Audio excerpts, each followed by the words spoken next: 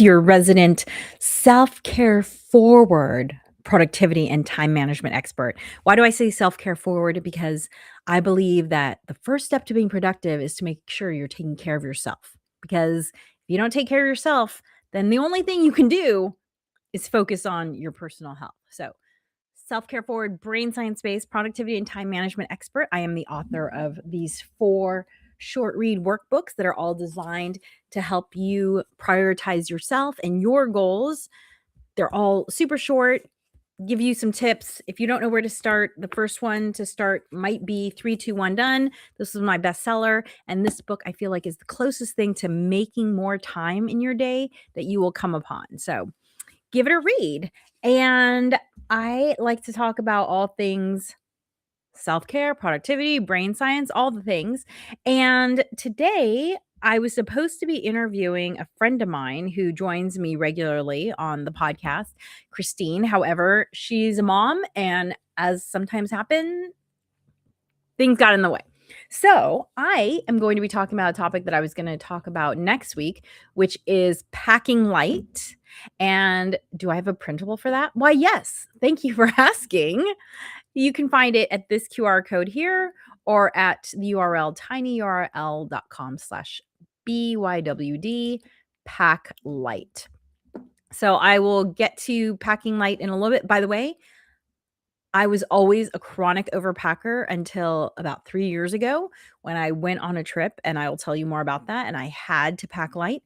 But before I get started, if you've joined me before, you know that I am live, and so you can chat, either type or whatever you were doing, and if there's a question that I think is relevant to the discussion, I will be happy to answer it. And if you are seeing the recording, you're also happy to I'm also be happy to listen to your or read your comments or questions. I just might take a little bit longer to get to them. So, thank you for joining me. I always like to call out some interesting facts about where my listeners are from. My podcast is heard in over 90 countries now, and it's always fascinating to see the top 10 countries where the listeners are coming from. And we had a new recent addition into the top 10, and that is Spain. Hola, España. Oh my gosh, I love Spain so much. I Was it the first country I've ever visited outside of the United States? Probably not. I probably went to Mexico before that. But it's one of the earliest countries I've ever visited. I love Spain. I've spent a lot of time there, probably combined about a year of my life in Spain with all the times that I visited. I love it so much. My favorite towns are Barcelona and Sevilla, and my favorite place is the Alhambra, which the Alhambra is a Moorish-built castle in the southern part of Spain in a town called Granada. By the way, Granada is the Spanish word for pomegranate. So it is I was so young the first time I saw it, and it has stuck with me my entire life because it's just magnificent. The way the engineers are able to bring water into surprising places, like, for instance, I remember there being a stairwell, and the handrail of the stairwell was carved out, and so as you're walking down the stairs, there's water coming down the handrail. How cool was that? And just the sound of running water everywhere because the Moors were from North Africa, very arid place. So for them, water was the ultimate luxury, which really, water is the ultimate luxury for all of us, I think. And as this whole concern about technology needs taking up drinking water, yes, if you're not aware, data centers affect drinking water. And if you're concerned about that, then please go to fivecalls.org. That's the number 5, CALLS.org, and write or call your representatives. If you go to fivecalls.org and you just click on the issue that's bothering you, they will give you a script. They will give you the phone numbers. All you have to do is enter your zip code. Make your voice known. It only takes 2 minutes. It does make a difference.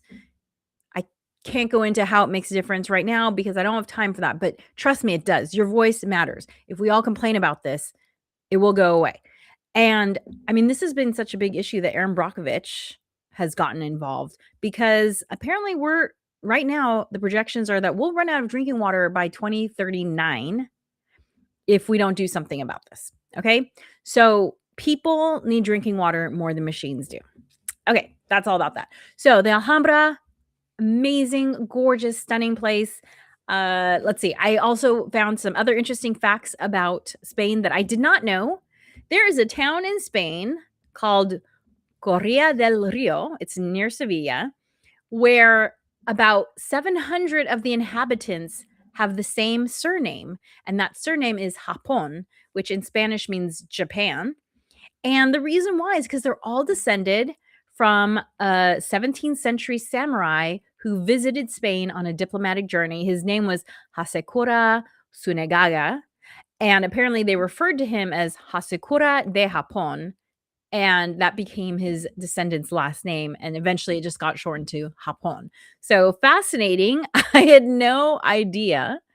And in Spain, there's a tradition of eating grapes on the new year, on the countdown, 12 to be precise. So you eat one grape, if you can, on each stroke of midnight, the bell tolling. Don't choke. That sounds potentially dangerous. And it's said to bring you good luck for the year. And around 44% of the world's olive oil is produced by Spain. By the way, there are many different types of olive oil. I prefer buttery olive oils to peppery ones, but get to know your olive oil. Not every olive oil is the same. Farmers markets are fantastic ways to sample olive oils. There's an olive oil sampling booth, vinegar and olive oil at my local farmers market, and I always love trying all the different olive oils. And then finally, if you're not familiar, siestas are a real thing. It gets super hot during certain parts of the day in the southern Spain, and they incorporated a siesta from 2 p.m. to 5 p.m. when a lot of stores, etc., close for the day. And actually, a lot of times, school children will actually go home for lunch, stay for the siesta, and then go back to school later. People do go back to work after. And it's actually a really nice, I feel like it's a really nice ritual once you get used to it. It's horrible if you need to go to a pharmacy, which has happened to me, but lovely most of the time. So thank you, Spain, for joining me. I'm so happy to have you here. And I'm excited to learn about the fact about Japón. Now I have to visit a new place in Spain. I don't think I've ever been to that town.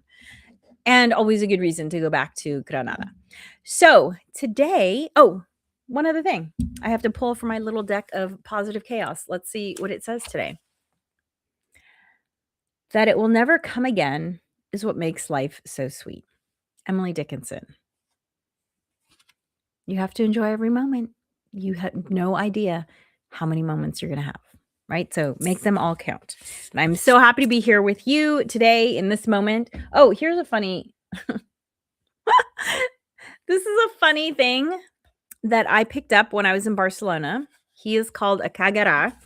And I don't know if you can see him very well. He's really brightly lit because he's so pale. But let's see, if I go like this, maybe you can see. So the kagara, I actually bought this for my grandfather. And when he passed, I brought it because my grandfather liked anything that he said was a good conversation starter. And when he passed, I brought it home and it sits here on my desk so I can think of my grandfather. And so the kagara is a big part of the Catalonian. So the part of Barcelona, that part of Spain is known as Catalonia. And they, just like the United States, different parts of Spain have different cultures and different traditions. And I first saw the kagara around Christmas time because he is part of the nativity scene in Barcelona. And I said, who is that little like dwarf guy? Because the hat, this is all traditional Catalonian garb, but to me, he looks like what I would imagine an elf is wearing, like a fantasy elf. And he's smoking a cigarette. I don't know if you can see that. And he's contributing back to the earth. And for those of you who are listening, you're just gonna have to see the video because, yep, he's a little Hershey kiss there. So, oh, I never even noticed it has the artist's name on it, Gambarte. So he is part of the nativity scene because he symbolizes humanity's giving back to the earth and how it's like this is the Catalonian version of the circle of life. And it's a real thing. They also the whole circle of life thing goes even further. Sometimes if you go to the candy stores around Christmas time, they will have little chocolate poops with sugar flies spinning around it. So I love the Spaniards are so fecal. Yeah, it explains a lot about Gaudi. So, anyway, today's topic, packing light. I was a chronic overpacker, especially because, oh, by the way, this shirt I'm wearing, I bought in Spain decades ago. I love it so much. I thought I'd bring it out for the show. Okay, so packing light. I domestically, I fly Southwest a lot. And as you all know, up until this past year, you could have 2 bags for free. And so when I was flying Southwest, I took everything I wanted and then some because you never knew what you might need. I like to have options. However, 3 years ago, I was traveling to Europe for a month and we visited 3 different countries and about a dozen cities. And we were doing a lot of different things because my daughter was actually touring with a choir. So we had to have a lot of different clothes available to us because she had these formal performances in like music halls. Think, the Pantages Theater or Carnegie Hall, like really nice places. So I had to have clothes that were appropriate for that. We also sometimes had some formal dinners, but then we'd also be going to the beach and hiking. And so I had to have options. The thing was, we were in each city for such little time that I didn't want to even risk losing my luggage.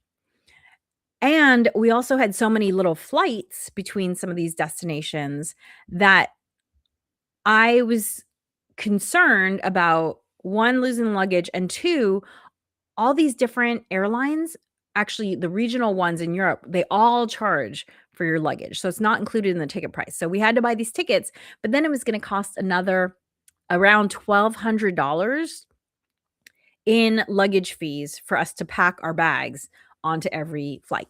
And so I decided that this was going to be the trip where I learned how to pack light. And I started preparing for it 7 months before the trip because, hey, that's just how my brain works. I feel anxiety about something, I start planning further out because that's how I quell my anxiety. Planning has been shown to quell anxiety because, my anxiety is about not feeling prepared, and planning helps me feel prepared.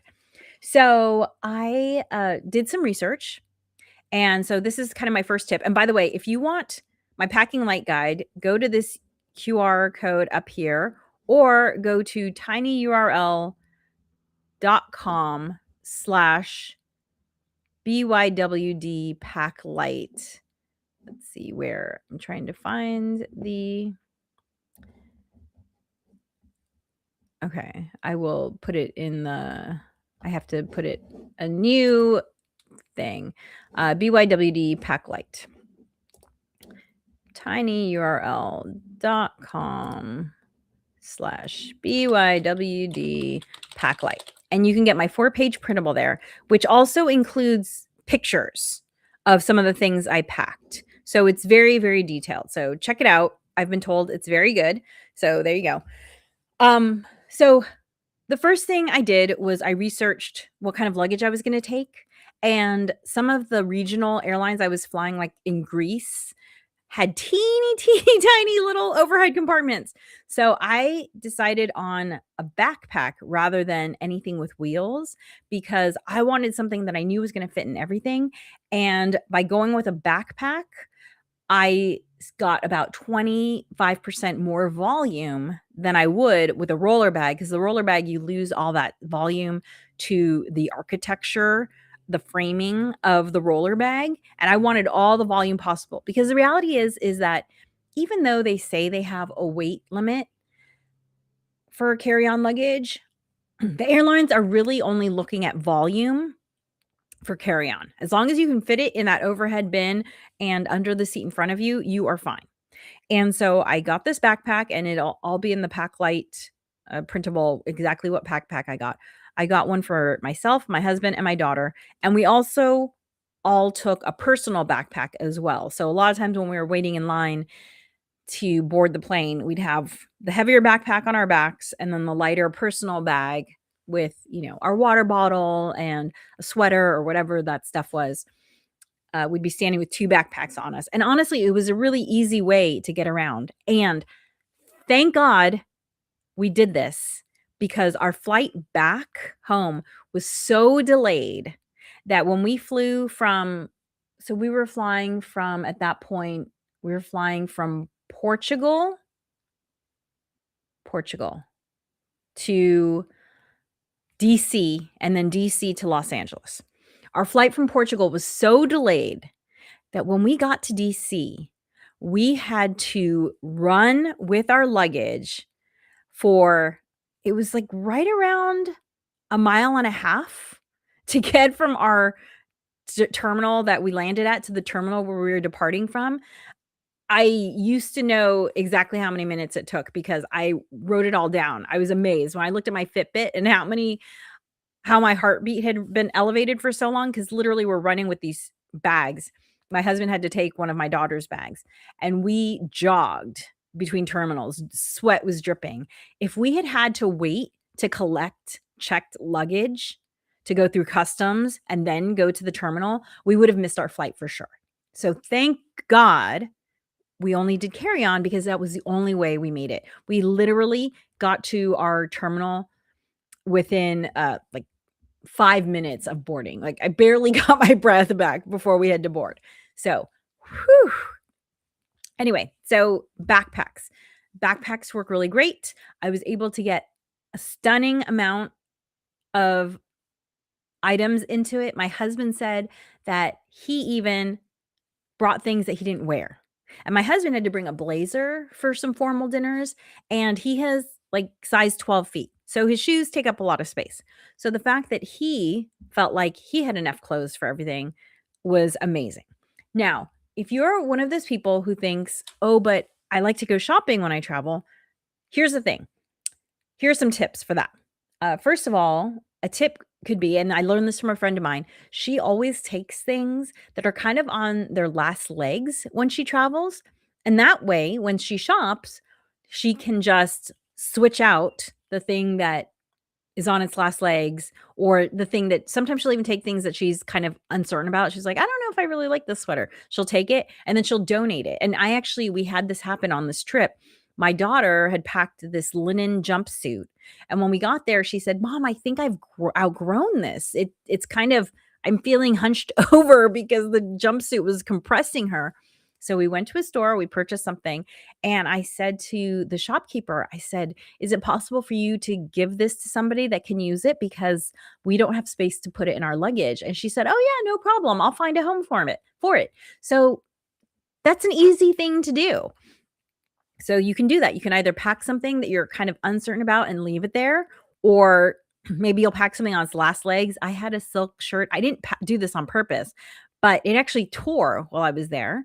And so now it has me thinking like, maybe I should take things that are on their last legs. And so, I just got rid of it and purchased something new. So there's always space also too, as you're using things up, maybe toiletries or, menstrual pads or whatever, you're going to make space in your luggage for things to bring back. The other thing too was that we purchased a collapsible duffel bag, and we brought that with us. It was in one of our personal carry-ons. We used it as a personal carry-on, because the great thing about the collapsible duffel bag is that in theory, it could get really, really big. But if it wasn't full, you could just hold it like a tote bag, and it was only about this big. So my husband put his backpack in there when we were going through airports or whatever, and he would also sometimes take my daughter's personal backpack, and then he would wheel that or carry it or whatever. So we brought that just in case we had found something big that we wanted to bring back. This was our okay, we have a way to bring it back if we need to. You can also always you can probably, depending on where you're going, purchase some sort of luggage if you need to bring something back. So there's ways around that. I was able to bring back 5 ceramic birds that they were all different sizes, but let's say they were about the biggest one was about this size. So how do I describe that? The size of a CD. For those of you who know what a CD is. And then some of the smaller ones were like half that size. So I was able to bring back some things that I wanted to bring back. I didn't feel like I couldn't shop because of my luggage. But also it was quite a busy trip, and so there wasn't necessarily a lot of time for shopping, if you will. By the way, I love one of the things I love bringing back too are, like, the tickets from places. Like, we actually went to Versailles, and I was disappointed that it was all digital because I didn't have the ticket from Versailles. So I brought back, like, a coaster from the restaurant at Versailles. So I like bringing back things like that, paper things that I can then tape into my planner. Those are the kind of things that I like to bring. Okay, so tip number 1, get your luggage. Get it early. I purchased it about 7 months before our trip because that way I could experiment with it and load it up and see how heavy it was and all of those things. And also choose a backpack over a roller bag if you want to maximize volume. So for a 1-month trip, I definitely wanted to maximize volume. For a week, maybe not such an issue, but that was the trade-off. Tip number 2 is grab a muslin blanket because it is the best in the pinch item you will have. So, because we were going to beaches, I wanted to ensure that we had a towel because I just didn't know where we were going to be. We're bouncing around between so many places. I didn't know if we would always be able to go from a hotel to the beach. Like there were some days where we were traveling, we were stopping at actually we stopped at a river one day just like on our way to somewhere else. So we didn't have a hotel. And terry cloth towels are very bulky. So I was looking at travel towels and I was kind of surprised at how bulky they were too. And then I thought to myself, hey, muslin swaddling blankets, which I used them a lot when my daughter was a baby. We swaddled her up all the time. And I was always impressed by how absorbent they were. When you wash them, they actually absorb a lot of water, but they also dry really quickly. And I said, you know what? I bet you a muslin swaddling blanket would be a great towel in a pinch. And for those of you watching the video, you can see, I mean, this is pretty big. So this was a perfect size for a towel in a pinch. It was also great for sun protection because in Greece we were on a lot of boats and it was very sunny and sometimes I just wanted a little more sun protection and so I made myself a little cave like this and it's nice too because it's so light. It's just made out of woven cotton. It's so light that it doesn't add any heat by holding it. The other thing too is like if you're going into a church and you need to either cover your head or cover your shoulders, it's great for that. So and actually the cool thing about these too was I actually didn't even pay for these. If you've heard me talk about the Buy Nothing group, I'm a huge fan. Join your Buy Nothing. If you give yourself enough time, you are going to be able to get swaddling blankets. That's what I did. I just got swaddling blankets. I was able to find ones that were all solids. They didn't have giraffes on them, which are great, but maybe not for travel. My husband wasn't so keen on bringing a giraffe muslin blanket. So they're great. They're also great if it suddenly turns cold because it was actually surprisingly cold. We were in Paris. It rained a lot. It was surprisingly cold. And you can see it makes a great little scarf. So it's just a nice, great layer. Grab yourself a muslin blanket. They are fantastic. There you go. So that's another tip. A third tip is if you are going somewhere cold, is to wear bundle up clothes when you get on the plane, and then take one of these. I got this one from Skechers. It's a little nylon backpack. And the great thing about it is that it actually has adjustable straps to make it more comfortable. And so this is a great thing to have because you can wear a lot of extra clothes onto the airplane and then take them off and stuff them in here. And then it can be, your pillow, your lumbar support, or if there's room, you can throw it into another bin. So I always have this extra bag in my luggage, backpack, and this muslin towel / cover up / whatever. So those are some ways to make it really, really easy to pack light.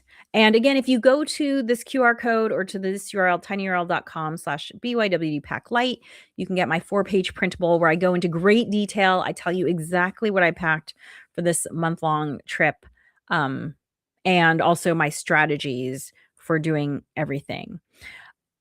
One other thing that I want to mention for anyone who is traveling with kiddos, one of the great things about the airlines with traveling with kiddos, I'm assuming this is still allowed. If you are checking a stroller or a car seat, those get checked for free. And get one of those big bags that covers it, and you can stuff in extra clothes into there. I did this all the time when we were traveling with a stroller and a car seat, where I would just put a ton of, this is back in my not packing light days. I would put a ton of clothes in there. So then we could check as little luggage as possible, because it would all get checked for free by using the duffel bag with the stroller or the car seat. So that's a great little hack if you're traveling with those items. Finally, I do go into a lot more detail in this 4-page printable about exactly the strategy I use to pack light, but it does involve with step 1, grabbing everything you want. Everything. I mean, everything. I grabbed all of my toiletries, and I was shocked when I weighed them. It was like 14 pounds because they're all liquids. They're all in glass bottles. I mean, not only was it bulky, right? It was probably about the size of a basketball in terms of volume, but it weighed about 14 pounds.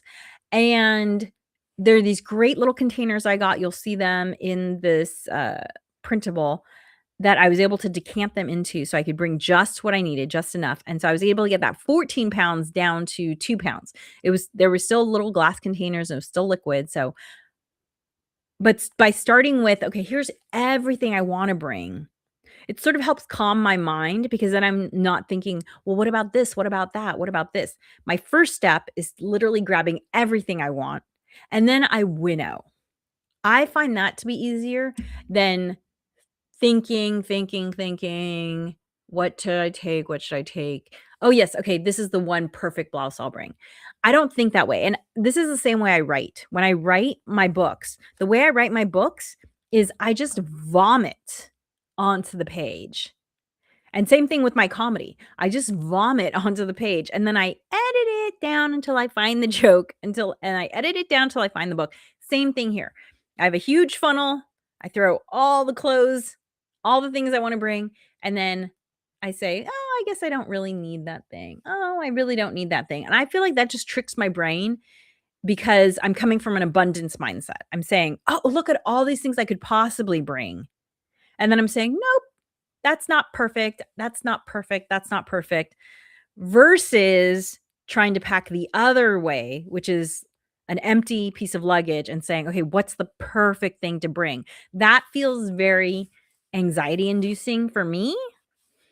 So doing it the other way, the throw everything in and then take things out until you can actually zipper it closed and it fits and it's light enough that you can carry it. I have found that to be the strategy that works well for me.